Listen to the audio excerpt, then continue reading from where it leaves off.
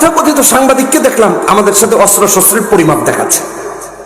তোমাদের কি আছে, কয়টা যুদ্ধ বিমান আছে, কয়টা সৈন্য আছে, কয়টা এটা আছে, কয়টা ওইটা আছে, আমাদের এতগুলো যুদ্ধ বিমান, আমাদের পারমাণবিক বোমা আছে, এই আছে সেই আছে। আহাম্মকদেরকে বলতে চাই, ইসলামের ইতিহাস তালাশ করে দেখো, মুসলমানদের কোন যুদ্ধের কোন বিজয় অস্ত্র দিয়ে হয় নাই, ইমান দিয়ে হয়েছে। কথা বলেন ঠিক কিনা বেশি? কি দিয়ে হয়েছে? সর্বশেষ যদি বলি আফগানের দিকে তাকান, প্রায় 20 বছর লড়াই হয়েছে পৃথিবীর বড় শক্তির সাথে, 20 বছর লড়াই করেছে। কি অস্ত্র শস্ত্র আছে মুজাহিদদের? ইমানটা ঠিকই আছে।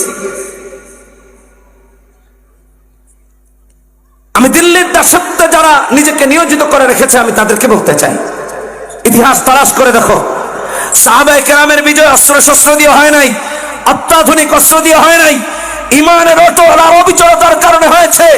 যারা আমাদেরকে বলছো